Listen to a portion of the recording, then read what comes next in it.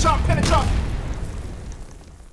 all right, guys, today we got a very special guest in the house, amazing singer, songwriter. This woman is beautiful and strong, truly an inspiration. We got the one and the only Kia Baby Doll Jeffries in the house. What's up? So how you doing today, Kia? I'm great. How are you? Oh, I'm doing well. Thank you so much. I'm so glad to just be able to have you on the platform. So with my platform, I really like to start at the beginning and really get your story. That way people can understand, where you came from and how you got to where you are today. So you're from New York, right? Yes, I am from Queens, New York City, but I was actually born in Memphis, Tennessee. Both my parents are from Memphis. Oh, Queens get the money. Queens in the house. Yes, Queens get the money. But Memphis, Tennessee is also like a gangster town too. Memphis, Tennessee is like directly under Detroit and Chicago, right in the middle of the United States. So both my parents are from there. And, I've been in New York since I'm 2 years old. So I'm definitely a New Yorker. So you're growing up in New York in the 80s. Is that right? Yeah, definitely. Yeah. Born in the 70s. So why did your parents choose New York? Because, Tennessee is so different, right? I know. So my mom has a favorite auntie who never had children. And my mom was like her baby. And she moved to Harlem many, many years prior. So when my mom got married, she invited my dad and my mom to New York. And they stayed up there. My dad got a wonderful job with the government. And my mom got a great job teaching up there. So, yeah, they became New Yorkers. Did you grow up with any siblings? I'm an only child. I have no halves, it's me, only me. Wow. So what was it like growing up as the only child? Did you want siblings or you enjoyed it? Oh, man, I still go through it to this day. I do not like being an only child. I wish for siblings. I try to make everybody my sisters and my brothers, like constantly.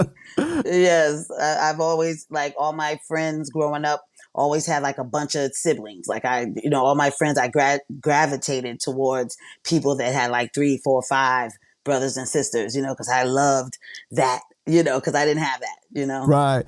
Are your parents still with us today? Yes, both of them are alive. My dad is in Memphis. He moved back there and remarried. And my mom is in Atlanta here. Okay. I'm in Atlanta while I'm doing this interview with you right now. Yeah, because when they say when your parents like end up passing, it's like the sibling is like the connection that you have. So I can understand how like it would be difficult to grow up without having that sibling. Right. Crazy. Yep. You said your parents were a teacher and your dad was working for the government, right? Mm-hmm. So what kind of kid were you? Like, were you really into sports early on or were you already into music? Always into music. As a little girl, I used to write lyrics down in notebooks, and me and my homegirl, Paige, R.I.P., she died last summer. That was my good friend. She and I used to, write lyrics down, and we would do performances. Of course, we had the brush or the comb as the microphone, and, we would sing, and we would do duets. Like, back then, Diana Ross and Barbara Streisand had this big record, Enough is Enough is Enough. I know I'm showing my age, but yes, I said I was born in the 70s. Right. So yes, as little girls, we were doing like those songs. We were doing, and, I always sang. I always did music. I took piano lessons, vocal lessons from a little girl, tap dancing also, gymnastics, but the music just stuck. And you mentioned earlier that your parents had separated. So did they separate like when you were really young or was it like later on in life? I guess I was about 12. About 12. When they separated. So kind of young, but almost teenager. So, Right. And during that time, tough. Were you able to still have both of them around or did they like did your dad move to Memphis already? Yeah. So Well, no. So my dad moved down the street actually, in the same Left Rack City. Shout out to Left Rack City, Iraq. What? That's where Right. we're all from. Akinelli, Noriega, Capone, Kenny Anderson. We're all from Left Rack City. So my dad moved like within Left Rack, but like I could walk to his apartment. He stayed in that area actually till I graduated from high school to kind of make sure that he was still around. Yeah, and that's good to hear that he was still around for you during that time. I know a lot of kids, they don't always have that luxury of being able to be around both parents. What was that That's true. experience like for you to have your parents separated? It was sad. But with my dad being close, it wasn't too bad. He was around and, definitely a disciplinarian, because I was a bit of a wild child. Just cutting class, just, trying to be grown, just I would cut class to go to the village and sing and stuff like that. Like it's just, a lot. So you think that that I was was more for like your love of music, or do you think that was like you acting out because of like the separation? Probably some of everything, definitely probably acted out because of the separation a little bit. But, definitely loved the music and was trying to, get involved with that. Um, but I also, I used to cut class and play cards with the seniors when I was a freshman. I went to high school as a freshman. Shout out Brooklyn Tech. And I used to be in the lunchroom cutting class, playing cards for money, Mm. playing spades for money and just always wanting to get my own money. Like, my parents were very strict and, I just always had this thing in my mind, like, yo, if you get your own money, you can get out and get your own place and you can do you. And that was kind of like, from a tween. I don't know. I just always wanted that. That Queens get the money is deep in your blood. That's It why. is. It is. Q Borough, Queens get the money all day. Right. So at what point did you decide you wanted to pursue music as your profession? Like this is exactly what I want to do. Um, hmm. So in high school, well, actually junior high school, um, I started looking in. We had these magazines and newspapers that would come out where they would kind of list in the back people that were looking for singers, or you could audition for like these plays or to be a backup singer or whatever. Backstage was one of the papers, but there were a bunch of them. And I was, into these things. I used to try to find things that I could audition for, even though I was young. There were still, things for teens, like I said, plays. New York City is like Broadway, right? So we have plays, right? So you can audition to be in these plays. So I was doing all of this at a young age from junior high school. And I ended up getting a gig with Paul Simon. Again, I don't know, young people, do your research. Paul Simon, Simon and Garfunkel, they were huge, huge, huge, huge, huge.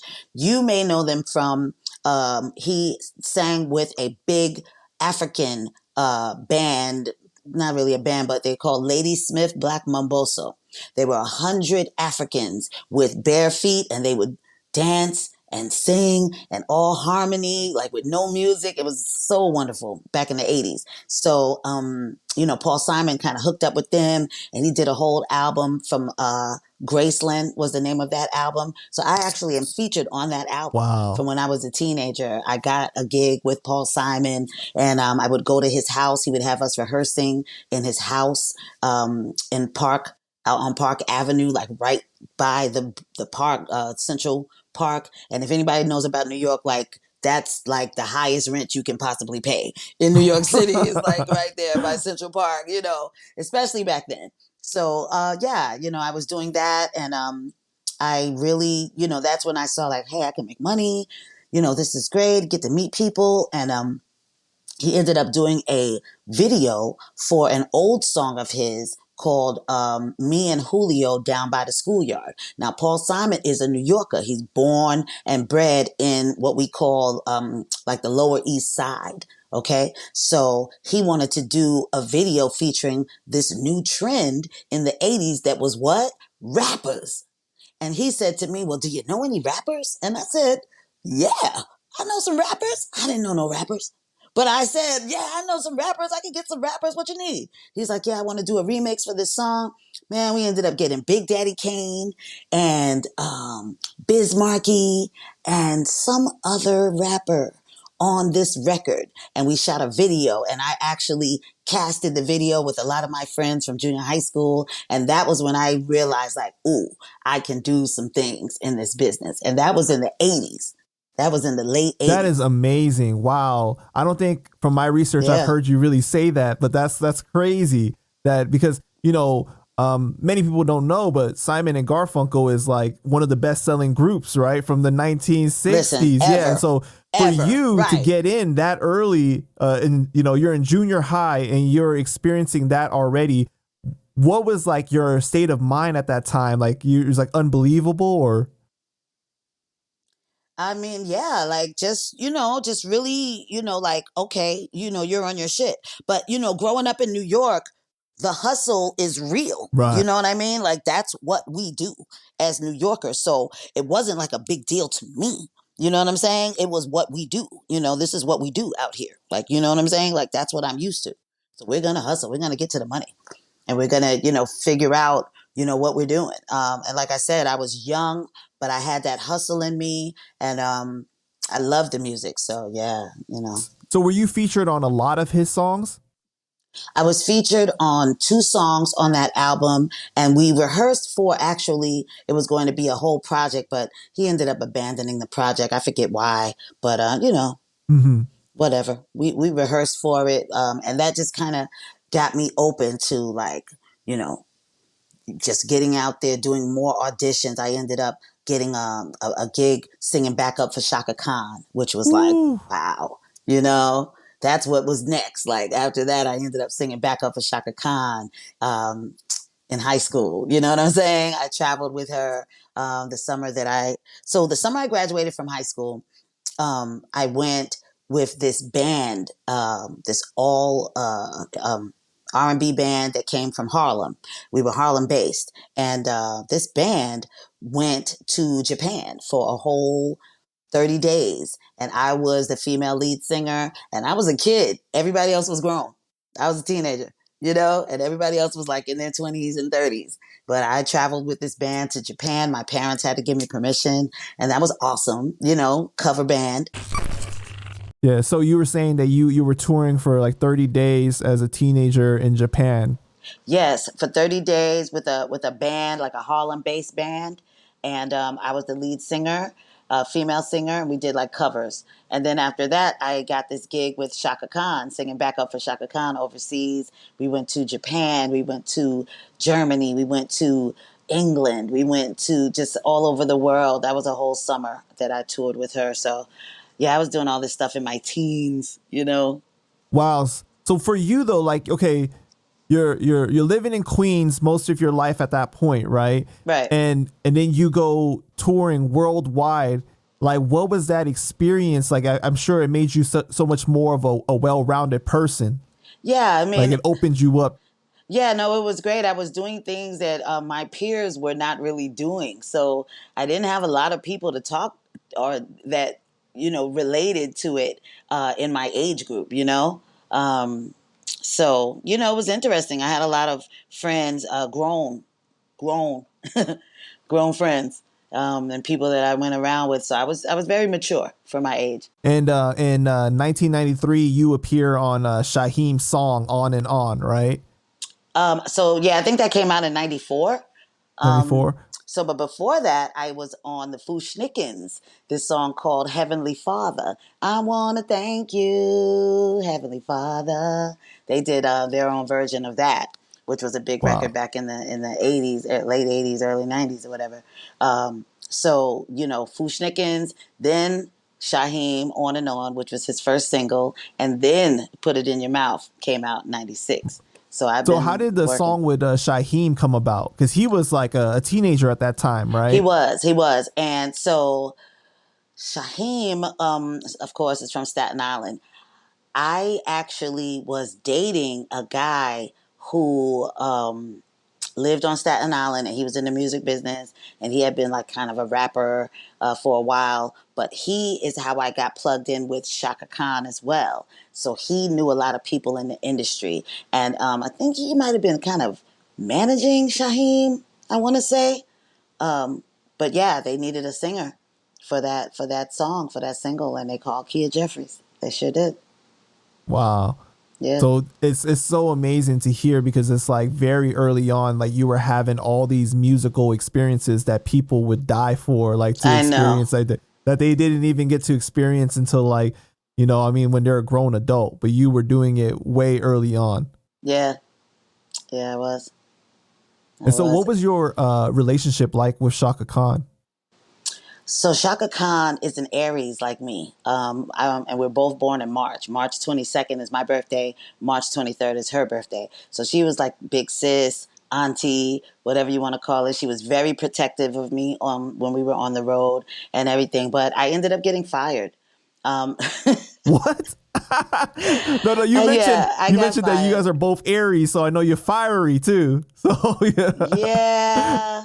So it wasn't, we never really had any conflict. It's just that, I was young and I was, I told you I'm a teenager when everybody else is grown, right? So when we were overseas, everything was cool. But when I got back to the States, I think I kind of started feeling myself, and I was doing too much. Back then, she had like ways that she wanted us to show up, and I was kind of coming late. I had like a boyfriend, like the Guy Rute. Shout out Guy Rute. I know he's married now, but he was my boo back in the days. And yeah, he was like, I had him come to the show and stay at the hotel, and I was just doing a lot. And they Oh were like, man. "Yeah, you were doing too much." So they were like, So did "We're she not let gonna you need you." go herself? Did she tell you directly? No, no, she had a personal assistant call me and tell me, "Yeah, so Shaka's not gonna need you for the next leg of the tour." And I was like, "Wow, wow, what happened?" And she was like, "She's good. It's just," and I was like, "Damn, what? I was doing too much." She was like, "Yeah, you probably were doing a little too much." I was like, "Oh," and she said, "But she wishes you the best, and you need to be a solo singer. You don't need to be a backup singer." Like she's was encouraging me to go, forward as an artist, as a, solo artist. That was Shaka Khan giving me like, you know, the kudos or the whatever. Like, yeah, I think you can make it as a soloist. And I was like, all right, let's go for it. Did you ever have a conversation with her like later on in life about that? No, I No, haven't. okay. I have not. So yeah, it would be nice to catch up with her and see Right. what's up. I actually did like go to a show and we hugged but it wasn't a time to really talk. So I have I've seen her, but yeah, we haven't had a conversation. So how did the song with Akinelli come about? The famous "Put It in Your Mouth." Right, right. Put it in your mouth, right? So, again, grew up in Left Rock City. Akinelli, we grew up in the same neighborhood, and I guess he was kind of seeing me doing my thing. Fushnikins, Shaheem, and other stuff like Paul Simon and the video that came out with Big Daddy Kane and all of them. So all this stuff was kind of going on, but we lived in the same neighborhood. And Akinelli, he was doing his thing. He's on that record. What was it? Live at the barbecue, chilling at the barbecue, something like that, Right. with Biggie and a bunch of other artists, right? So he was on that, and that was kind of taken off. So he was working on his project, and he just called me.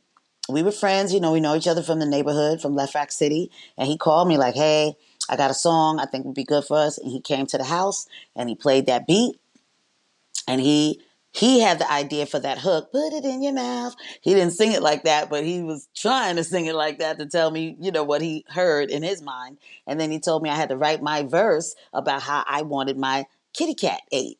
And I was like, okay. And so he played his verse, or it said his verse over the beat for me. And I was like, "Ooh, that's what you gonna say?" He was like, "Yeah." I was like, "Oh." He was like, "Well, you gotta represent for the ladies." And I was like, "Bet, okay, okay, I got this." And I mean, I wrote that joint real fast, like, yeah, let me bark on these So this dudes. was all before Shaka Khan, right? No. Mm-mm. This was after. Mm-hmm. Mm-hmm. Wow. Okay. Yeah.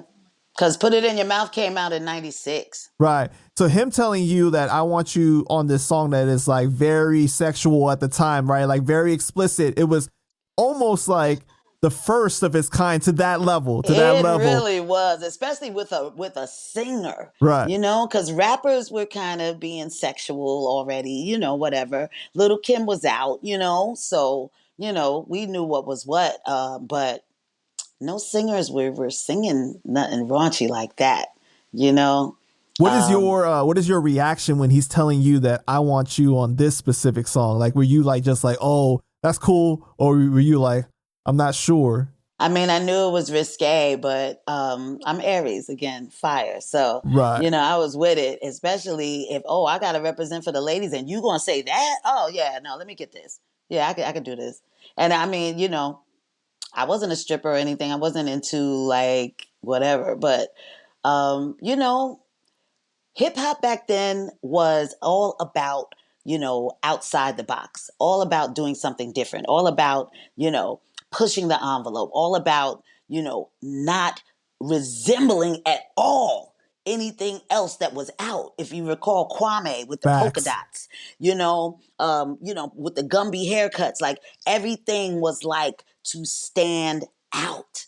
These days it's a little different. People seem to be like, oh, this person did it. Well, let me do one like that.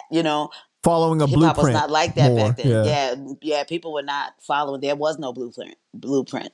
We were doing, authentic, organic, whatever we felt like doing. And if it stuck on the wall, oh, okay. Because we didn't, we having fun. We thinking we doing some old raunchy shit, whatever. And, the fact that it really took off, we didn't have a clean version. They Yeah. tried to get us to do a clean version once New York really picked up on it and it started being on the radio. Like they were, like jigging out the stuff themselves, right? So the label sent us back into the studio to see if we could do a clean version. And Ak and I were like, so what exactly? What is that exactly? Because in the hook, I'm not cursing. Put it in your mouth is not. What am I cleaning? Right. Put it in your mouth. You know what I'm saying? What? So it was difficult. Yeah. So when you're writing it though, like, are you thinking like, what is the craziest thing I can possibly say on this record? Or you're like, this is like my true desires or experience? Like, what is like the No, I approach? had to. Well, so again, ox verse. You want to go down? Why not? I'll be like Herbie and hand you a cock and tell you that my name is Ock. Be like the breeze, begin to blow, but don't give me no Ralph Lauren grin if you ain't down to go low. Like he was talking shit. Right. So it made me want to like talk shit back for the ladies. It wasn't so much of my experience, but it was of me verbally.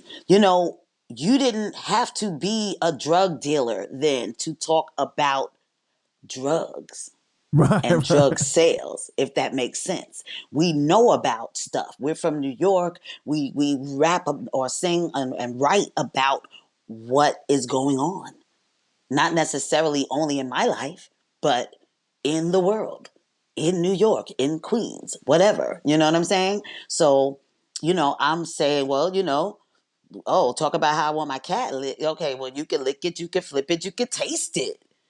Every drip drop. Yeah, I was trying to say like the illest thing I could say about how somebody needs to eat this cooch. So you lay down the track, right? I believe you did it like in one try. I did. And then, in the beginning, there's like this whole piano. My baby left me. That's me playing the piano as well, live in the studio. Yep, same day. Are you freestyling that, or you actually wrote it down? Freestyled it. Freestyled it. Wow. Yeah, freestyled it. Freestyled that part. Because he didn't even know he wanted me to do. He didn't know. We didn't know about the slow part until we got in the studio that day, and he had this idea. He was like, "Can you do something on the piano?" Back then, there was a big record. Well, there were big like dance because the disco faded out in the 70s and in the 80s, right? But then there was still like dance music and stuff, and so there were these songs that would start off slow and it would sound like a beautiful ballad, and then all of a sudden the beat would drop and then you'd be dancing, right? So he had the idea like, yo, let's start it off so they think it's gonna be like this really nice ballad, and then we gonna shock them and throw in, the beat. And I was just like, okay, that could work. So that's what we did. And that's the type of song we did. And so I did it, My Baby Left Me. And we had people standing around the piano. So it was all organic live. Wow. Yeah. Yeah. And when you laid down your verse, you came out and everybody was like shocked or like really quiet. Yeah, really quiet, and it was all guys in the studio with Ak, in the control room. And I came out, and Ak is just like, yeah, it's cool. I was like, you need me to do it again? He's like, nah, it's good. I was like, you sure? He's like, yeah. The engineer, I'm like, you sure? He's like, yeah. The engineer, him, they kind of got their heads together. They're, tweaking stuff, fixing stuff. So it's maybe about 4 or 5 guys in the studio. These are all Ox people, but I know them. Some are from Left Rack or whatever. And I'm like, hey guys, y'all good? And they're like, yeah. And I was like, ain't nobody talking. So I'm like, like, what's going on with you guys? Like, did something happen? He was like, I don't know what happened. He was like, what you mean? I was like, I don't know. They all quiet, looking crazy. He was like, what? Oh, them niggas' dicks is hard. I was like, what? I was like, what? Because of the verse? He was like, yeah. I said, wait a minute. Is that what's up? Y'all dicks is hard? And they were all like, what? Yeah. I was like, get out of here. I was like, not from the verse. I said, okay, I did my job. Job done. And these are grown men at this time because you're a Grown men. teenager. You're a teenager saying all this Right, stuff. right. Late teens, about to be grown, but yeah. Yeah. So did you Crazy. know at that time, because, at that time there was no WAPs, no Anaconda songs out or anything like that. Nah, did you know not that yet. this song was going to influence hip hop for years to come? No, we never knew. We did not know. Again, we were doing what was fun. I think even from a Tupac to us, to anybody else that always dared to think outside the box, we were never really trying to, what's the word? Be controversial, maybe, but not like thinking like, oh, this controversy is going to sell these records. Because it wasn't so much about record sales, because nobody was like a millionaire yet from record sales. You know what I mean? The people we knew that were millionaires were hustlers, street people, Right. business people that own their own business and stuff. We didn't know anybody that was, making multi-millions in the hip hop game, So this was fun. This was organic. This was to stand out. This was to, stamp yourself if, and I think that's what we did. So, yeah. What is your reaction when the song really starts taking off? Everybody has that moment where they're in the car and they have to pull over because it's playing on the radio, and it's like you can't even drive. You cannot drive. It's like so like that was amazing. I remember getting paid like $5,000 just to show up and just do my part on that song and leave. Like that was awesome. And Akinelli ended up giving you a large chunk of the publishing. Yes, I do own 40%, so I still get money off that. Shout out to everybody that sampled me, or if they do the interpolation, is what they call it, when they sing my line or put it in your mouth. That's why people still owe me money. Jay-Z, Missy, yeah. I was gonna get into that a little bit later, but it's interesting. So like, even if they just say a small part of it, is it because they're saying it in the same melody that they have to pay? Wow. Period. Yes. Because if you just say put it in your mouth, okay, you could say that. But once you sing put it in your mouth, that's me. And it's me. Mm-hmm. And you did it on purpose. Yeah. Just like think about when Jay-Z said, and I wish I never met her at all. Carl Thomas, right? Right. You know it. And he wanted us to know that he was quoting Carl Thomas. That's why he sang it. Did you ever try to pursue like legal action to collect? Because I know in the middle of it now. I'm on it. I'm on Jay-Z. I'm on Missy, and I'm on Big Pun's estate. Those are the people that haven't paid. People that have paid, Swiss Beats, off of that money in the bank. If y'all recall, she ain't got no money in the bank. She just walking around acting on stank. On his verse, he was like, easy ma, I fly to my house and something, something, something, just to put it in her mouth, right? Right. Boom. He gave me 2% of that song. I own 2% of the publishing on Money in the Bank forever. You know? Dang, that's crazy.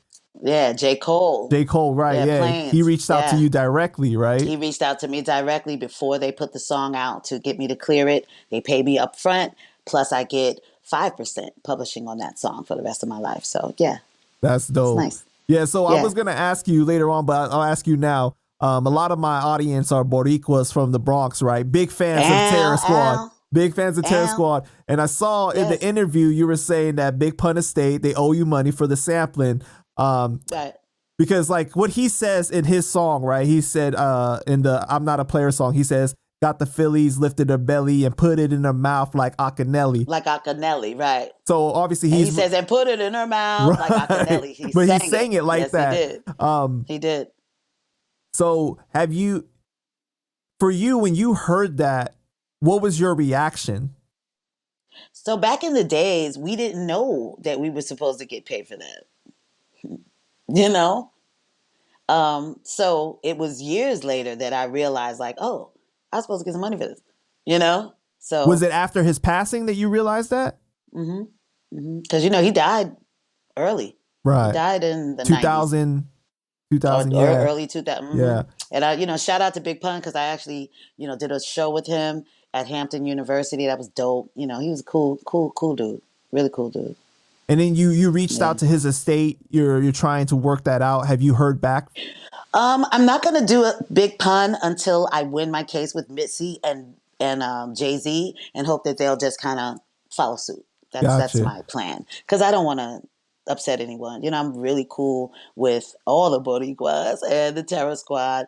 Shout out to my man Cuban Links. No matter what anybody said, he's cool people. He's wonderful. He's a great artist, and too bad that him and Fat Joe, got that beef, but yeah, I fucks with Cuban Links, and the whole situation. So Yeah, and I was gonna ask you, because you guys ended up doing a song together, right? You, me and Cuban Links. yeah.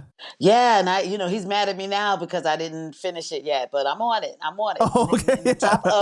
In the top of 24, I'm dropping some new music. So That's dope. Yeah, we we out definitely here. gonna look out for that. The Because 50 years of hip hop anniversary, baby. You already know we still out. Those of us that still out here, we outside and we coming to a city near you. and you're working now on a modern day version of Put It in Your Mouth. Is that right? Yes, so we're doing an all girl remix for the millennium of the Put It in Your Mouth. And I got a beat from Mr. Hanky. If you know, he's like ridiculous out here making just all these hits from City Girls to Usher to, the Snoop Dogg, like he's got everything, Mr. Hanky. We also have a beat from Vintage Tunes. So this is a challenge for the ladies as far as verses, and it's also a challenge for producers to give us like any kind of newfangled version of the Put It in Your Mouth beat. So that's the challenge out there. Have you or can you tell us any of the girls that are going to be a part of it? Or is that Nobody. Well, as far as like artists that you know right? already, gonna keep that under wraps. Okay, yeah, But yeah. there's a lot of really good ladies that are up and coming. Living in Atlanta, there's a lot of wonderful artists here, New York, everywhere. And so I've got girls tapping in from Virginia to Miami, from New York, Atlanta, all over the world, actually, sending me versions. So it's only $100 to sign up for the challenge, and you can win 10,000 plus the feature on the record. Plus, we're going to put out the girl's own single under my Empire portal, Empire Distribution. Wow, that's a genius move on your part to do a challenge on it. Because a lot of people are going to want to be a part Absolutely. of that. That's crazy. But the men are mad. They want, oh, why is it girls? Because let the ladies have something. Yeah, let them have something. When is that going to start? It started. It started. It's been going, and we're gonna try to culminate it.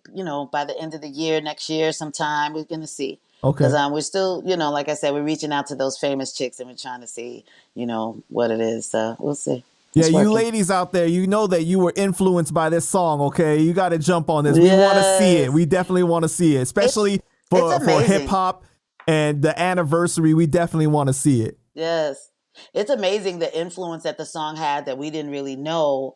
I, am still surprised when I meet women and they find out that I sang that song and they like cry sometimes. And I'm like, what's the crying? And they're like, you don't understand. You made me feel good with my sexuality. And I'm like, got it. Okay. And that's big because, I guess, ladies, we're kind of taught to be ladies and to be nice and just, not be a savage, so girls get to be a savage now because of the put it in your mouth. You know what I'm saying? Like, be a savage, girl, do your shit. It was Yeah. empowering for women to hear somebody be so fearless and say the things that you were saying. Yeah, and say what you want, A man can tell you what to do, but, for a woman, that's not ladylike, Hmm. right? So, yeah, we made it ladylike. We brought it. So, what year did you end up meeting your husband, Ernest M16 Mateen? And how did you guys meet? Met him probably, what was that? Maybe 97? So, like right after the success Yeah, maybe 90, 96, of 97, something like that. Put It in Your Mouth, right after Mm-hmm. the success of that. Absolutely. Yeah, probably the end of 96 because the record was still gaining momentum, but he was already a fan. So I married a fan. And how did you guys meet? We met at Caroline's Comedy Club in Manhattan. We were both there hanging out. Actually, my manager, Charles Stetler, was there. He invited me, and he was managing Ed Lover. Ed Lover, Dr. Dre. He was managing Ed Lover, and Ed Lover was actually hosting. So we went to just kind of hold Ed Lover down, support him. And my husband was there with a bunch of dudes at a table, and I went on stage. Ed Lover brought me up there to, I don't know, he put on Good Times theme song. And he was like, I got somebody in the audience that can hit that note at the end. And that was me. And I was looking around and he was pointing at me. And I was like, oh, okay, yeah. So, yeah, I jumped on the stage and did that real quick. And when I was getting off the, the crowd went crazy. And when I was getting off the stage, um, my husband and his table, like they were like throwing money at me, which was like kind of a thing in New York to throw money at the people, the artists, the singers.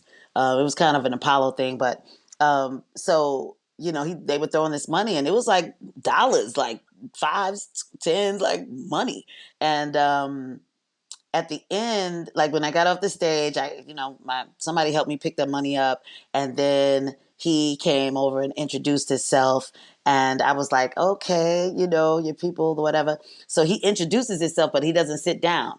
I'm eating like some type of vitamin, like a vitamin C chewable, and he comes over, and I'm thinking he's coming to chop it up with me. So I kind of, the seat next to me, I move my bag, and he just stands there, and he's like, hey, can I get one of those? And I was like, oh, sure. And he took it and left. And I was like, oh, this what we do it? Oh, okay. So, I'm a player. I was like, okay. So I get the money together and I kind of fold it, get it all lined up and I put it together. I fold it and I walk over to his table. And all the guys at the table were throwing the money, but I reach over all of them and I hand it to him. And I say, I'm good. Thanks, guys. Anyway, saying have a good night. And I hand him the money and I walk off, leave, thinking in my mind, like, this dude better follow me, right? So, because I'm like, oh, he tried to try this, so let me go.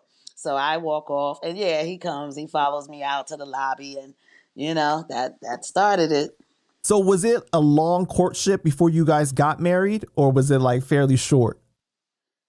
Um, Fairly short. It's definitely less than a year. Okay. And what was Yeah. it about him that like really stood out to you? Because like, you didn't even know he was a boxer in the beginning, right? No, he definitely let me know, and he, used to wear a chain that had his Golden Gloves Oh on wow. it. So yeah, he definitely let you know he was a boxer. He was a light heavyweight champion of the world, and all of these wonderful things. So yeah, I knew that. But he said he was retired, and I ended up sponsoring his next bout to get him back active Hmm. boxing. Hmm. So, what was it about Yep. him that really stood out to you that like attracted you to him? He was a hustler. And the day that we had our first date, we went out. He invited me out, and he had all these people with him. And I thought that was weird. But like I told you, I'm an only child, so I'm always cool for a group, right? So we're out, and before we even go to dinner, we are kind of outside for a while. He was waiting on people. I didn't know what was going on. He always was very flamboyant, had a lot going on. And he was telling me, "Oh, you thirsty? You hungry? You want a snack while we're waiting? Get you something from the newsstand." And he gave me a $20 bill. And I got maybe some chips or something or a candy bar or something. Brought him the change. He takes the change and he's like, a few minutes later, he's like, "All you got was candy bar? Well, didn't you want something to drink?" And I said, "Yeah." And he would say, "Well, here, get yourself something to drink." He gave me another 20 instead of giving me the change. And I'm like, "Why are you giving me a 20? Why not just give me the change?" "Here, here, here." So I take the 20. I go get the drink. Now I come back, give him the change. Then he said the third time he sends me to go get something, he gives me another 20. I'm like, "Hold on, hold on. What's going on? Why do you keep giving me 20s? Let me know what's happening." So he looked at me. He was like, "Well, these are counterfeit 20s. So I'm getting the change." And I was like, "Well, damn, you just sending me. What if they had locked me up or something?" But he was like, "Nah, nah, they good." And they were. Like, I looked at it really good then, like, damn, this is really a good 20. So I was like, "Well, how many more you got?" And he was like, and that was, I feel like we were a match made in heaven after that. It was crazy. That- Because, little do people know, I, queens get the money. I, at the time when I met him, was on 5 years Fed probation for doing some money laundering type stuff. Yeah, wow, I don't think I've heard you speak on this like in any of I the know, interviews that I I know, watched. So I know. was this happened obviously before all the singing took off? During, During, can you go into hmm detail about what happened? I was, I had $100,000 worth of some stolen money orders, and yeah. Wow. Yeah, I ended up doing 5 years Fed probation for it. The only reason I got caught, I was working in a bank, and my silly ass put some of the money orders in my bank account at that bank like an idiot, and that's the only way they were able to really trace me. But yeah, we were cashing them back then. They had kiosks. Uh, for American Express, where you could go cash in your money orders, buy money orders, and do different things. So, I would go to different kiosks and cash these money orders all over New York, like all over New York City, cashing these money orders. And each one was like worth $500. So, we were just cashing money orders, but this was all before I met my husband. And I told him about this. Like after we met, I was, like I said, I was on Fed probation. Literally, when we met 5 years, I was about maybe 3 years in when I met him. By the time I was pregnant with our son, I was finishing it up, pregnant, and they ended up putting me on an ankle bracelet. Yeah, I'm a bit of a thug, little thug life in me. See, that's that true queens get the money right there. That's why you were attracted to the Yeah, fact that he was a hustler right there too. yeah, yeah, yeah, That's crazy. It yeah. definitely sounds like a match made in heaven right there. I can see. Yeah, a little something, little something. Now, before we go into his actual passing and everything that led to it, I do want to touch on one thing that I heard that you said that really stood out. And that was that you didn't know you were dealing with someone that had mental health issues until after he passed, right? That's right. Yes. What kind of things did you find out that he was dealing with? Before I knew about the, you mean before I knew about the mental health issues, or what do you Right, mean? right. Because you said that you didn't know that he was dealing with mental health issues until after he passed, right? So I didn't know that he was certified, but I knew in my mind that he was a bit crazy. Yes. mhm. So what did you end up finding out about like what he was dealing with? After his death, I did find out that he was certified schizophrenic and bipolar, Oh diagnosed, wow. and he was supposed to be on meds, and no one, not even his mother, no one told me. No, his trainers, no one. So he should have been on meds the whole time. How did you end up finding out about that? It was in the newspaper. And then like what is your reaction when you find out about this specific thing that he was supposed to be on? I mean, I was very sad. I'm still very. I deal with anger about how everything happened. I just wish things could have been different. It's still very sad. Yeah, because in the inner city, it's like when it comes to mental health, it's not something, especially amongst us minorities, right? It's not something that our culture really brings as Exactly. importance, especially back then. But now it's like people are Yeah, becoming even more now, aware, but there's kind of a stigma about it, right? It's like, definitely oh, a you stigma. crazy, instead of being like, Yeah, yeah, having empathy, having compassion for people that are dealing with those things, because it's like it's not like any of us asked for it, you know. yeah. No, I mean, even after things happen, I had therapy for maybe a couple of months, so-called therapy, but it was someone that was not really empathetic. They were not from New York. It was here in Georgia. They could not relate to anything I was talking about. The lady, it's a white woman, kind of looked like a deer in headlights when I'm trying to talk to her about any of this stuff. You know what I Right. mean? So, that definitely did not help me or my son. We kind of just had to do what black and brown folks do, which is just handle it, go on with life, pick yourself up, and just keep going however you can, you know? Um, so it's sad. I'm angry about not knowing because I feel like, he did not have to die. That is definitely, I loved him. That's my son's father. And, it's a really sad situation. And had you known, you feel like you would have been able to change things, like you would have been able to um I would convince have at him. least made sure he was on his meds, even if I had to sneak them into his food or beverages. Why did you find out why he wasn't taking them? I don't know. Mm-mm. I didn't know that he was supposed to. He might not have known. I don't know. I really don't. He probably, most people that have to take meds for that say that it messes with them one way or another. It kind of Yeah, the side messes with their effects. mentals or it messes. The side effects have always been an issue. So, I'm assuming that's probably what it was with him. Yeah, because I have a degree in psychology, so it's like I study this stuff, and it's really crazy because a lot of times doctors are so quick to want to prescribe you something, right? Without, instead of finding the source of the issue. and Right. and so I always think that it's better to try to find the source of the issue or take a natural approach. But there are certain things that you're dealing with that are very serious, like schizophrenia, where it is Yeah. required that you do take the medication, because it's just there's not a really natural way to address something like that. But the side effects are so serious. Sometimes the side effects are worse than the actual thing you're Yeah. dealing with. Like you watch all these True. drug commercials, it's like so and so, and then like side effects may include blah blah blah and death, and so I it's know. And it's like, so why am I going to use that? Why don't I just go ahead? Like the toe fungus ain't going to kill me, but all this other stuff to try to get rid of the toe fungus is going to kill me. So why? Yeah, I'm just going to go ahead and live with the toe right. fungus. I'm all right. Thank you.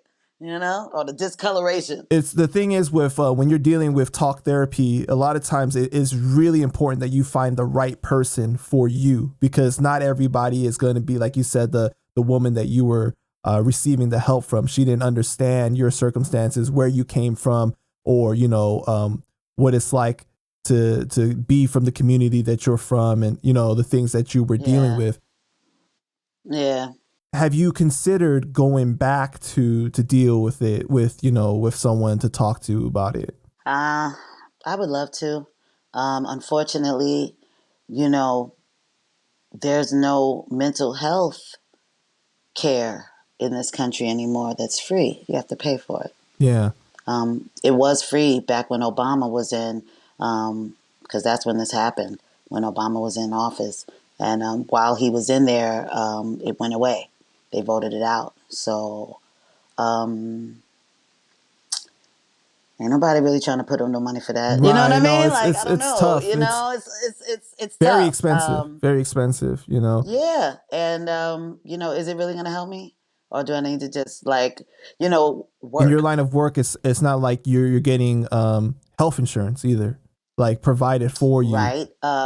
No. And the other thing is, like you said, it's a stigma, even in the hip hop community and music community. I have people that really hurt my feelings on a regular, that call me crazy. And I'm gonna name names. Chuck, chill out. Stop that shit. DJ Chuck, chill out. Stop that shit. Because people don't realize mental health is some people are hanging on by a thin thread some days. Not every day, right? But some days a person can really be just on a thread of, you know, being able about to snap, and snapping could mean a lot of different things. It could mean that you're gonna do something to someone, or you might do something to yourself.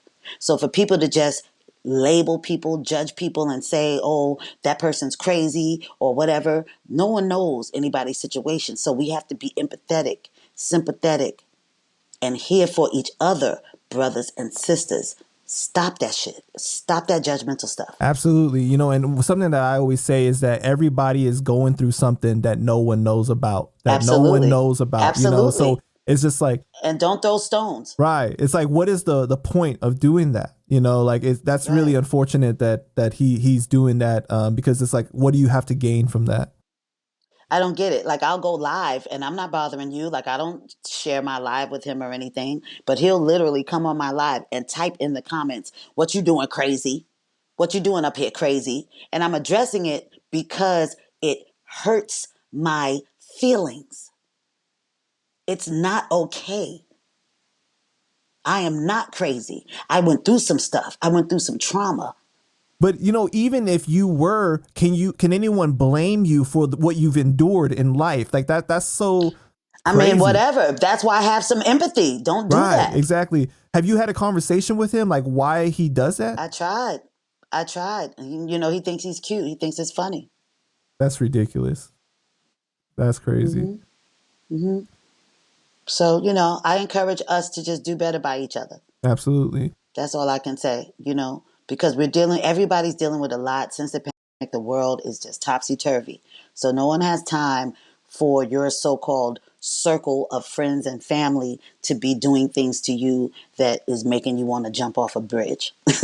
I'm just saying, you know what I mean? There's days that it's very dark for me sometimes when I get to, they call stinking thinking, where you start thinking about, well, why did this happen to me? Well, why did this happen? Well, you know? And sometimes you can't turn it off, you know, and it doesn't make you crazy. It just means that you are human, you know. And you're absolutely right. You know, I want to highlight what you said is that some days are more difficult. Some days you feel strong and that you can Hmm. take it on, right? But some Right. days you wake up and you Right. just know it's going to be one of those days. And then the Yeah, or wrong you don't thing. even get out the bed. For me, I don't get out the Wow. bed because I know this is gonna be a shit show today, like, you know, like I already know. You know, and it's sad, and you know, thankfully, you know, those days are less and less over the years, but it's been about 10 years or so since my husband died, and you know, I still have those days. And then the wrong thing can really set you off on those days. The smallest thing can do that. You know, it's just like Yeah. Yeah. you don't need any more people doing anything to cause that. Like you already have Yeah. enough reasons already. So that's truly unfortunate that people find joy in really doing that to other people. Yeah. Yeah. And you know, some people are kind of natural assholes, Yeah, you know, and absolutely. I think that, but it's an armor, ain't it? Ain't it? It's Yeah. armor for them to be an asshole, because that way, you know, life's, you know, traumas and dilemmas and things can maybe roll off their back a little easier if they kind of act like they don't give a fuck. You know what I mean? So, you know, I get it. Um, that's not my armor. And I don't think that, you know, people should kind of push that on people. Another thing that happened since then is people that knew us as a couple are very Mhm. judgmental. And I guess they feel like I killed them, you know? Um, and they treat me differently since then. The hip hop community, um, and so I want to just say again on record, I did not kill my husband. That is the name of my book. That's the name of a movie that's coming out where I talk about my life. And I did not kill him. He died trying to kill me. I wear the scars. They had to sew and staple my face back together from him beating me with a gun. So I did not kill that man. He was mentally disturbed. He was very violent, not just towards me. Um, Things came out after he died where they were looking for a body and different things like that that I can't really discuss. But yeah. Right. And Um, we're going to get into so, that a little bit more, but I want to touch on the victim blaming and the shaming that has come from it, right? The fact that mm, you've had to deal yeah. with this stigma and it's affected your business, it has affected your ability to make Mm, money. my Right. career. And so Absolutely. you said something like when you even walk into rooms, it's kind of like there's this aura, there's this energy now because of that hmm situation. Like, can you speak on that? I know that I went to Bad Boy reunion concert a couple of years back in New York. Carl Thomas got me tickets, and me and my homegirl went, and we met Carl in the hotel. And Little C's was there. I know C's for years, and he refused to speak to me. And I believe that's directly related to that situation because he knew me and my So husband. was it more like you tried to talk to him multiple times and like he ignored you every single time? Yeah, Wow. yeah, yeah, yeah. Like, hey, C's, what's going on? What you been up to, bro? Crickets. Like, won't even look at me. Yo, C's. Oh, you not? Oh, you ain't talk. Wow. I'm like, Carl, what's up with C's? And he got up and Wow. left.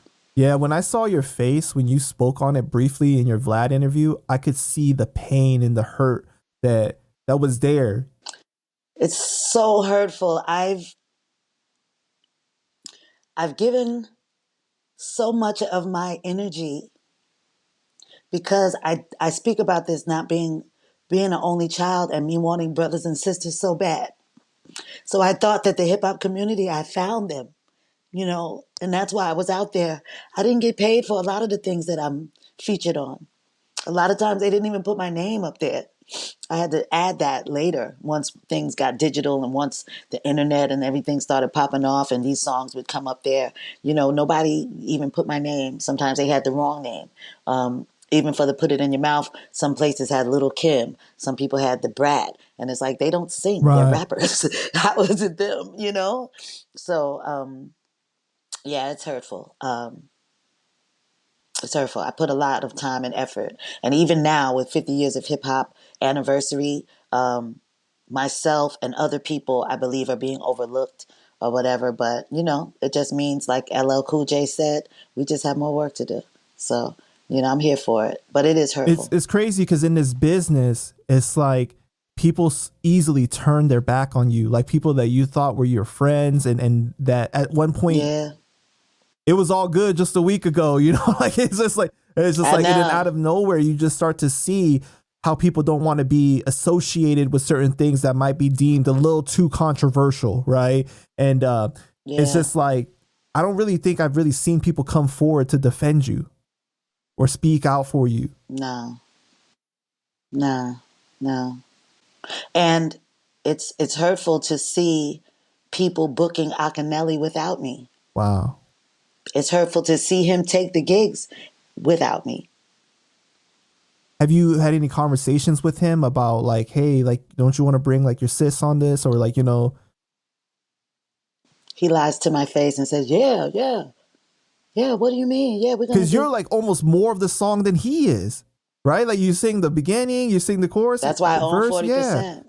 Yeah, yeah. It's like, how could you even perform that song But without so, but him? the hip hop community. So the hip hop community is still very male driven, male Controlled, right? controlled. Yeah. Mm. So the men that are controlling are gonna book him. You know, and if he doesn't say, "Yeah, bring my sis," even if they've asked him. I've been told that a promoter, whether they lied to me or not, we'll see. But the promoter says, yeah, I asked Ak, what's up with the girl that sings it? And he told him that I wasn't singing anymore. That was a few years ago. And this is a man that I see often that smiles in my face and tells me, yeah, we're going to work together and all this. So I don't know where it comes from. I don't know Ak in particular, why he does that. I don't know. I don't think it has anything to do with what happened with my husband, but he did know us as a couple as well. So maybe men feel a way about the situation, you know? And I'm just here to say, like, I did not kill that man. I didn't go after him. That man came after Right. me. And I was out here just living my life. And I've been in the music business before I met him. He didn't create me. It creates such a dangerous um, stigma around, obviously women being easy to blame for certain things like that. Like, obviously, who would ask for this kind of thing to happen to them? Nobody would ask for this to happen to them. And then on top of that, after you're done dealing with that, now you're dealing with the aftermath of being blamed for it. You know, like that's just so crazy. Yeah. Like who could even think that you would want somebody, obviously like the love of your life, to do that to you, right? And then But that's also like women get blamed when they are raped also, right? right, Well, what exactly. did That's she what I have mean. on? What did she have on? Was she drinking? Where was she? Was she by herself or what? You know, like it's always, well, what was she She doing? gave the wrong signs, like, you know, she Yeah. must Oh, have did well, something. It's just like, yeah. You know, so so you also mentioned looking for these signs about people's behaviors that have the domestic violence tendencies, right? Not just understanding why they are the way they are and how you want to be there for them, but do you think that you saw red flags along the way that you ignored, that you could have saved your husband if you like recognized it? don't know if I could have saved him, but maybe when I realized, like, I didn't know that he was certified, but when I realized he was crazy, right, in my own, for myself, I got away from him, and he actually stalked me for 6 years. So I knew, yeah, Because I yeah, I know a lot of knew, times we get into these relationships and we want to be that person for them, right? We want to be yeah, the one that makes the that difference, could that right, help fix him exactly. or whatever, yeah, and you know, it's unfortunate. There was a lot I didn't know while we were married. A lot of stuff came out after, including that I was apparently some sort of lick for him, meaning the woman he was married to when he met me, he told her that he had met KiaJeffries, to put it in your mouth, girl, and that he was gonna, like, you know, get me for my money, basically, and for her to just chill and let him date me and, you know, just you know, get money from me or whatever. Wow. Um, So then he so ended up getting divorced to marry you? he did. So it was kind of like a play. Like, so he said that to her so that she would be okay with him running around with me. Uh, but he really was running around with me because he was infatuated with me. He was a fan of the Put It in Your Mouth. He was a fan. He told me that the day we met. He said, "Oh, it was either you or the girl singing, doing it and doing it well. I had to get with one of you bitches. I said I was going to put a baby in one of y'all." And that's what he did. So what was your reaction when you found out that he was already married? I broke up with him. I told him I didn't want to see him anymore. I told him I don't do married men. It's not fair, because he lied and said he was divorced. And then I found out that that was a lie and that he was actually legally still married. Wow. I left him alone, and he kept chasing me and kept telling me that he was going to get a divorce and he loved me, kept buying me rings. And he made her call me and say that, yeah, you know, they're not together and we're going to get a divorce. And it was crazy. But yeah, I kind of fell for it. I I was I was caught up, you know. Do you think that there was something in your life, in your childhood, that made you, maybe the fact that you didn't have siblings and you felt like this loneliness, that you wanted that companionship or something, you know, that made you accept I that? also, yeah, I definitely wanted protection. I'm still looking for it. It's protection for me, as an only child. And then my dad was not the most protecting dad, if that makes sense. I had a boyfriend when I was in my teens, and he ended up putting his hands on me and stuff. And I went to my dad, and you know, he put hands on me, and then he stole my car and he drove off in my car in the neighborhood. So I called my dad, and me and my dad went kind of looking for him, and we finally saw the car, and we get out and we confront him, and I'm thinking my dad's gonna, like, you know, beat this nigga's ass, right? But my dad is like trying to talk to him, and you know, and I'm like, what's that, Dad? Like, you know, what are we doing? And he's like, well, you know, I don't want him to. And I just, you know, I just always felt like, you know, who's gonna protect me? And you know, he was a boxer, and in those early days, like, we were Bonnie and Clyde, and we were, you know, he was like my best friend. Um, Mm. and you know, we were getting money together, and he protected me. Like, anytime anything was weird or crazy, you know, he was the first person. I remember this cab driver got crazy one time. um, I forget why or whatever, but I know he was like, just go in the building, just go in the building. And the next thing I heard, oh, whoa, and I was just like, oh shit, damn. I was like, damn. I peeked around the corner. I said, oh damn, okay. So yeah, and I never experienced that. I had never had anybody that made me feel like protected like that. Like, oh, they can go with me to these shows and make sure that they pay me up front. You know what I'm saying? He wasn't having it, and it was interesting. So yeah, that definitely played a part into how I ended up with that type of a guy. So in a way, it was like you were looking for your dad to hold you down, to like really like show that assertiveness, and you're not gonna do that to my daughter, like and then Yeah, and when that didn't happen, it was almost like in your life you were looking for that feeling of protection and for you to not feel helpless in a way, yeah, right? Yeah. yeah, yeah, and not really knowing that I was looking for it, but yeah. Yeah, it's interesting Hmm. how like these things that happen to us, they manifest themselves in our lives, and they affect our behaviors and our real desires, and Absolutely. we're not always cognizant of that, right? We're not aware of like the reason Yeah. why. Now, from what you know, did your husband like suffer immense trauma in his childhood, or like what caused him to be the way? He had some trauma. He had some trauma. His dad was something else. His dad used to, he was very violent. Mm, He used to beat on the mom and the kids. Beat them very, like, just very vicious. I remember him telling me stories, and his mother telling stories of the dad making them get in the tub and be wet and then beating them with the leather belt, which is, that leaves marks, that draws blood. right. Um, so yeah, he dealt with that, So that definitely and could make sense, like the correlation why he wanted to become a boxer, or like what I mean, to feel like strong in that way. his dad forced him to be a boxer. He wanted to play basketball, so I know that was part of it too. So he had his own trauma.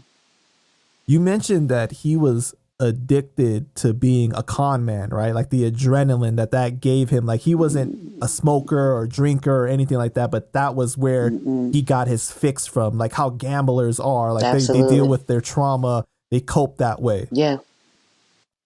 Yeah.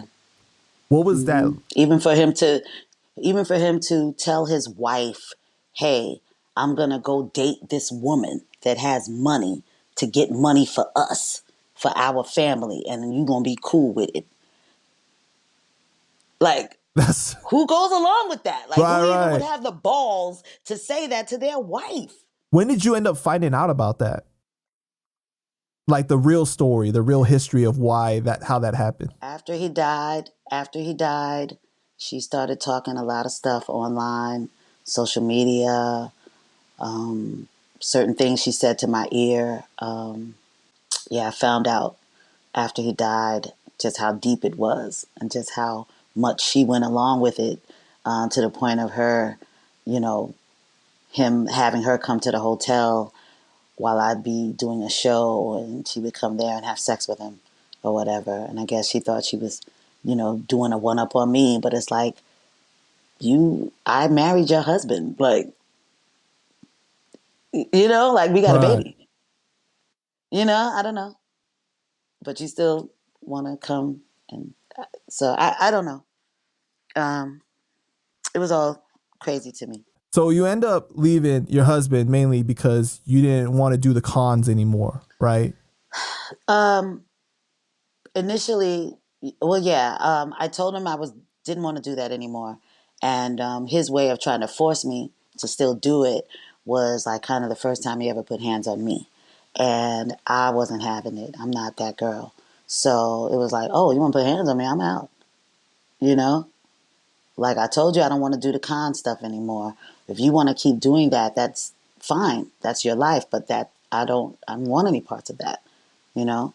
So yeah, you're not gonna force me to do it. And this is when like the You know. stalking starts, right? After you leave.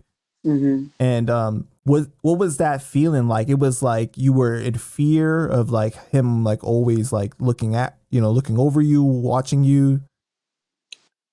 Um, trying to force me to have sex with him, trying to force me to be with him, trying to put hands on me if I didn't, when I didn't. It was just a constant battle. And then of him trying to influence our son, telling our son crazy stuff. Like, yeah, you're gonna beat a woman's ass one day too, Z. He would say stuff like that to our son. It That's was crazy. crazy. Like, who tells their son to do that? Like, to one, Little right, son is like 10, 11. that barely is starting to understand life and how things are, right? So Yeah. you said that he would try to force you to have sex with him, and one of the things that I felt was so heartbreaking was that you felt it was easier to do that, right? Because sometimes you said women, we do that. We Yeah. don't fight back in certain ways because it's just easier to give them what they want. Yeah, And so that you can just, do what you need to do. Whatever that might be, whether it's, get the kids straight for school or for dinner or for nighttime or, whatever it is that we have to do as women, constantly. If that's sometimes it's just easier, yeah, to just let him get that and then, all right, now I can go do what I need to do. you felt that he was a good father, but from you saying that, like, he told his son that, like, I mean, that's a tough thing to accept. I mean, he had mental health issues, Mm-hmm. you know, um, and I'm gonna always and forever keep it there and blame that. Right. I'm gonna keep it there But you wanted to co-parent so bad that, like, you blamed yourself in a way for a for keeping in touch, for not just running and just not even looking back, for just trying to keep him in my son's life. Um, it was a catch-22. It was good for my son at the time, but maybe not so much because of where it ended up. And after you ended up leaving him, did you start to, like, realize the amount of manipulation that happened Hmm. throughout your marriage? Yeah, definitely. I saw more. I understood more of what had been going on, um, and I started to realize I didn't really know my husband, and he didn't really know me because he was doing a lot of things that I didn't even have knowledge of, to get money. Some things that I did have knowledge of, but a lot that I didn't, which was like way beyond just a con, you know. And then your husband is like, he basically moved on. He's like with other women, right? But he discovers some old messages on your computer from another man. Hmm. And that was the first time that he put hands on you after that situation. That was the second time, but that was the first time he was really like trying to do damage for real, because I guess now his feelings are hurt. The other times he was just kind of trying to control me. The other time, but that time it was like, oh, you know, and that was a month before he died. And was he upset because the messages said something like that you were involved with someone during the time you guys were married? Hmm. Was it just a Hmm. I mean, we were still married. Oh, okay. We were still married, but he was with someone at that time. Even at that time, and that had been years before. Like that was from like '09, let's say the message, and we were having the conversation in 11. In 2011, and you know, or no, in 2012, which is when he died. 2012, we were having the conversation about messages from '09. So yeah, in '09, yeah, I was messing around with that dude, but you were living with a woman. So it was a situation of like, I could do what I want, but you can't. And I know Yeah. for men, it's very difficult to accept a woman stepping out on you from a sexual standpoint, and it's but that was just ridiculous because he obviously was Yeah. sleeping around and everything already on his own. Um, Hmm. what is the experience like? That was the situation where he got the charges, right? The false imprisonment and the warrants. Yeah. Hmm. Hmm. What was Yeah. what was that conversation like? I mean, it wasn't a conversation. I came home from being out with my cousin at an event or a venue or something, and he acted really sweet because he met us outside. Um, and after she drove off, we went in the house, and everything was still fine all the way up until we got into the bedroom. And then once we closed our bedroom door, he just started putting hands on me, and he showed me the message, and yeah, the next 48 hours just like a nightmare. And at that time, Kenny Smooth is renting a room from you, right? And so he's Yeah. witnessing this happening, but he decides to say, "Oh, I'm just going to give you guys your own space, and I'm going to leave." Staying in my son's room and never paid to this day, never gave me a dollar. Wow. Never gave me a dollar for that room and did not help me. I could have died that day. He walked out. So his reaction was not to call the police or choose to try to protect you in any Not way. even call the police. He walked out. After all that you did by helping him to have a place to stay, and he just decides to leave. Yes, when and his blood sister lived here in Georgia, and he couldn't stay with her for whatever reason. Don't know, but just say it. Have you ever had a conversation with him? And he was in there trying to crack for the ass also, He was trying to get at and still you? never paid. Yes. And I'm Wow. like, dude, you're like a brother to me. Stop it. He's like, it's just dick and pussy. Yeah, yeah, yeah. I'm naming names. Yes. Have you ever had a conversation with him about that after? He said that, the dude is a boxer and, what he looked like trying to fight him. I said, yeah, you could have called the police at least. I said, and it wouldn't have just been you. It was me, my son, and you. You walked out on me and my son. That's crazy. That's crazy, man. Have So you I don't take that as any real excuse. To me, that's just, you just did not give a fuck, right? you know? And that was the beginning of me finding out that these people that I thought were my brothers and sisters from the industry did not really give a fuck about me. Like that was very hurtful to find out.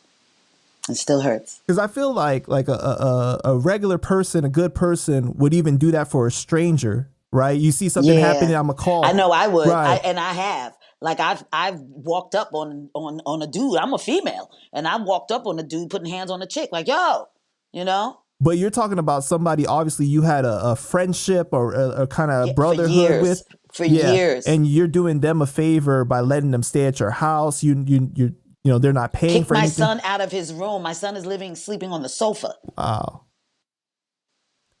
that's just there's no excuse for that. I'm sorry, that just there's no excuse Yeah. for that. Yeah, it's not cool. And then, over the years, never really got an apology, you know. Have you forgiven him for that? I had to so that I can, just move on in my own life. I had to. Right, because a lot of times when we hold that in, it actually does more It, harm it, to it us than it does to the person that we're absolutely. upset with. Absolutely. I have to, somehow let all of this go, but I'm not able to, but I'm working on it. And, every day, I guess it's a little better, I guess. I don't know. So the news article says that your husband was lying in a hallway and he was able to tell the officers that he had been shot and you were the person that did it, right? Um, I think the problem is that people don't realize that he died as a result of his injuries from beating you, basically, right? You said he got Yes. shot in the shoulder, and by him Mm-hmm. pistol whipping you over and over, the bullet traveled to his heart. But the crazy thing is Yes. that these articles, they have it incorrect. Like they say that he got shot in the chest, he got shot in the heart, or Yeah, yeah, people can write whatever they want apparently. because in some of the articles I did read though that he was beating you until he got exhausted. Keyword Mhm. exhausted, right? And Mhm. I don't know. It's just like you said, like the stigma. So it wasn't that he was exhausted, it was actually that so he gets shot in the shoulder. He starts beating me with the gun um and that shoulder, the same shoulder that you're using your that's why it traveled. The bullet traveled and he was bleeding out while he was beating me. So eventually he lost so much blood that he was not coherent anymore. Mm-hmm. So by the time I was able to wiggle out from under him and run, he was when he was in the ambulance is when he passed away. They say he had lost too much blood. So when you're dealing with the aftermath of that, were you afraid like, oh, I'm going to prison for this, or were you confident that they were going to rule it as self-defense? So at the time, just dealing with the emotions, right, of almost dying. Um, we were in two separate ambulances. I had no idea that he would die. You know, no idea. If a person gets shot in the shoulder, especially a big gorilla-ish kind of dude like he was, Right. he ain't going down from no shot in the shoulder. That ain't nothing, right? So, I'm on drugs. They pump me full of whatever morphine or whatever, and start stapling and sewing my face and head back together. And when I come out of whatever in the hospital, there's officers there already, and they want to take my statement. So they staple me up and they send me with the officers. And I'm still doped up. I don't really, I'm not really knowing what's happening, but I know I'm going with the officers and they're going to ask me these questions and they're taking me to the precinct. So I'm like, oh, wow, I guess I'm going to get locked up. I mean, that's what you think, Right. right? They're taking me to the precinct. So they're like, but they're telling me, and I'm in the back of the cop car, and I'm not in handcuffs or anything, but they're just like, yeah, we're going to get your statement. And I'm like, yeah, you had to do it at the precinct? They're like, yeah. And I'm like, okay. So, I go to the precinct and they question me and they say what happened. And I broke down everything that happened. And at the end, they looked at each other and they said, okay, makes sense. It matches up. You're free to go. And I was like, well, what's up with him? They're like, well, he died. And I was like, wow, no. They're like, yeah. And I said, well, and I just sat there and they were like, yeah, but we know he said something before he died that lets us know everything you said is right. And I was like, well, what did he say? And they refused to tell me. They said, no, you don't need to hear that. And I was about to open my mouth and ask other things. And, God in my mind said, mm-mm, just walk out of here. And that's what I did. I just closed my mouth and got up and walked out and called somebody. I forget who I called to come and get me. So that But moment you were feeling like it was almost surreal, right? Like it didn't seem yeah. real at all. And And then I was high, right? I'm, right. I'm I'm doped up on whatever they gave me, so I'm not really feeling any pain yet from the staples and the things and my head trauma and all this stuff. So I'm just like woozy and I'm just like, yeah, I don't know. And remember, I've been up for days just dealing with him. So it Do was you ever crazy. wonder what he did say, or you kind of you just let it go? Absolutely. To this day, it haunts me. Like, so he must have said something like, I hope that bitch die or something, Right, right? right. Because why wouldn't they want to tell me? Why would they say, oh, nah, you don't need to hear, Because if you he said know? something like he accepted the blame, like I'm the one that said, Then they would have said right, that. I feel like they would have said that, but he must have said something, yeah, fuck that bitch. I hope she dead, you know? right. Is that bitch dead yet? Or something. So one of the most heartbreaking things that I've heard you say was that after you got out of the hospital, you came home and you saw your son and he looked at you and he asked, "He's dead, isn't he?" Yeah.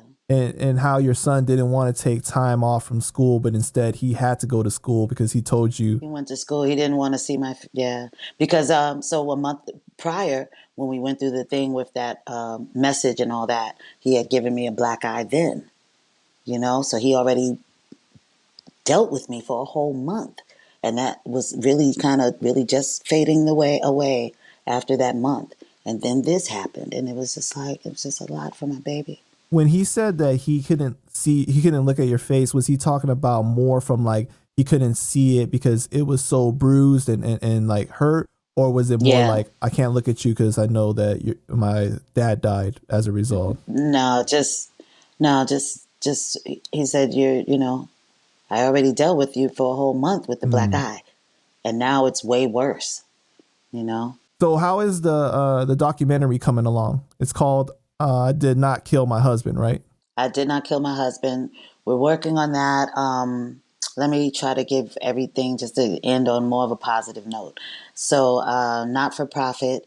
I'm going to do something with, you know, widows, weepingwidows.com, or I don't know what I'm going to call it, but it's definitely going to be, nonprofit for women, especially mental health and dealing with widows in particular. I think we get overlooked. I think we kind of like just left to deal with that, and we deal with a lot. Definitely. So yeah, there's new music coming. I never did a album that kind of let people know who I am. And so this album, it's called Insomnia because I've had problems sleeping for probably since I was a teenager, and definitely since dealing with him. I was addicted to sleeping pills for years, and just weaned myself off of them a couple of years ago. And I still just deal with like I couldn't sleep the last 2 nights, and it's just crazy. But yeah, letting people in to my head, a little bit, a lot, finally more. Kind of like my first solo album, full album. So that's exciting. And yeah, 50 years of hip hop anniversary where I got to kick in the door, waving the 4 Full full. 4 because they trying not to let us sister eat, but we going to eat because it's Right. a whole 3 year celebration, and they can't get rid of me. I'm right here, still in your mouth Hmm. for the millennium, baby. Your story is very tragic yet very inspirational because it shows you can endure and overcome and move You forward. can. You know what I mean? And I'm still here, and I have music out now. There's music, KiaJeffries. You Google me. Don't believe everything you read, but check out that music. I got new music with Lu Chin Chin featuring myself, Craig G, and Master Ace. A song called Nothing Matters. We have a video for that that's out. New music from The Horsemen. If you guys know about this album, you need to know. If you don't, this is an album with Corrupt, Cannabis, um, Killer Priest, and Corrupt, Cannabis, and Razkaz. Right. And I have a song on there with them called Love and War. And I've got new music with the Killer Bees. I just did a new song with the Witch Doctor, Juice the Witch Doctor, that's with the Killer Bees and the whole Wu fam. So still out here. Still Me and working. Shaheem. Me and Shaheem got record music coming. Just ran into Jada Kiss. Me and him got like I'm out here working with Dougie Fresh Family. I have a single Woo. coming out from Shock Dog. Produced it. Digidon Music. My people's up in Harlem. So yeah, I'm still here. I'm not playing. Okay, Still working. Still trying to eat. Yeah, you still getting still it. eating. Yeah. Absolutely. Yeah. Well, I just want to But thank you so much, Kia, for your time. Greatly yes. appreciate you. Thank you for And having we were me. able to tell your story. Yeah, I just think that people really do appreciate you and what you've been able to contribute to hip hop. And just just so happy to be able to talk to you today. So thank you so much. Yes, and make sure you get that merch. I got these put it in your mouth tanks, Woo! tees, right? Put it in your mouth with the arrow, right? Yeah, yeah. And we have them in different colors. Also, the whole Black Love Matters movement. I've got hats, t-shirts, all type of stuff coming, and I'm in the cannabis field. I have lollipops for the pain. We have all type of stuff. So get at me. KiaJeffries1 on most platforms, and yeah, man, I'm out here. Okay. Thank you so much. Thank you, Panda. Panda.